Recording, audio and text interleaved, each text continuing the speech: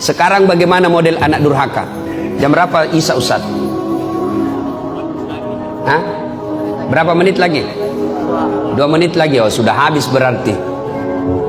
Anak durhaka abad modern. Kira-kira tahun lalu di Sulawesi Selatan ada anak usia 22 tahun.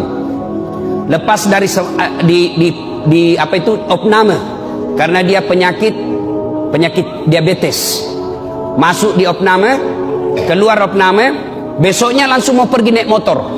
Dilarang sama ibunya. Nak, kau baru keluar dari rumah sakit makan ongkos. Kalau kau keluar sakit lagi kamu, jangan kau keluar nak.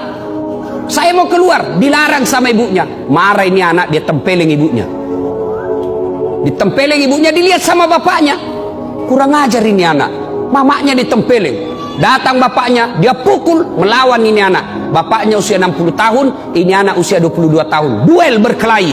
Jatuh bapaknya, pingsan, dia seret masuk ke gudang, dia cungkil 2 belah mata bapaknya. Meninggal bapaknya, Pak. Meninggal bapaknya. Tangkap sama polisi. Beberapa hari kemudian meninggal juga ini anak, tidak ada yang mau sholati. Sempat ribut di medsos di Sulawesi Selatan. Anak durhaka zaman sekarang. Apalagi anak durhaka. Saya mau pergi ceramah di Sulawesi Selatan, mau pergi taksiah. Tiba-tiba ada ibu-ibu menangis.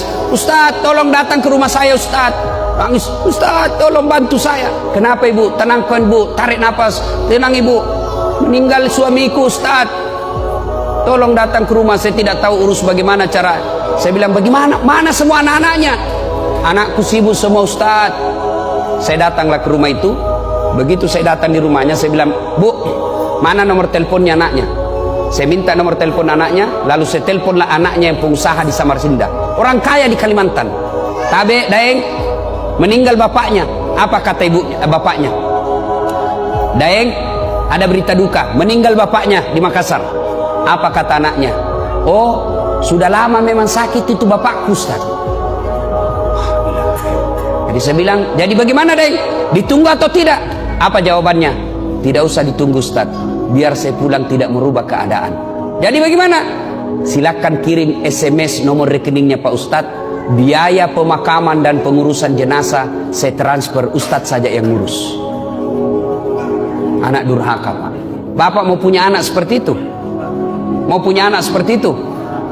Tentu tidak mau. Mau punya anak yang soleh dan soleha? Mau punya anak yang soleh dan soleha?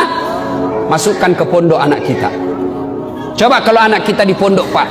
Coba anak kita di pondok, sholat 5 waktunya berjamaah, makannya jelas halal, ucapan-ucapannya jelas tidak pernah bicara kotor, jelas dia tidak akan tersentuh oleh yang bukan muhrimnya, makanannya bagus, meskipun barangkali tempe, meskipun ala kadarnya, tapi halal.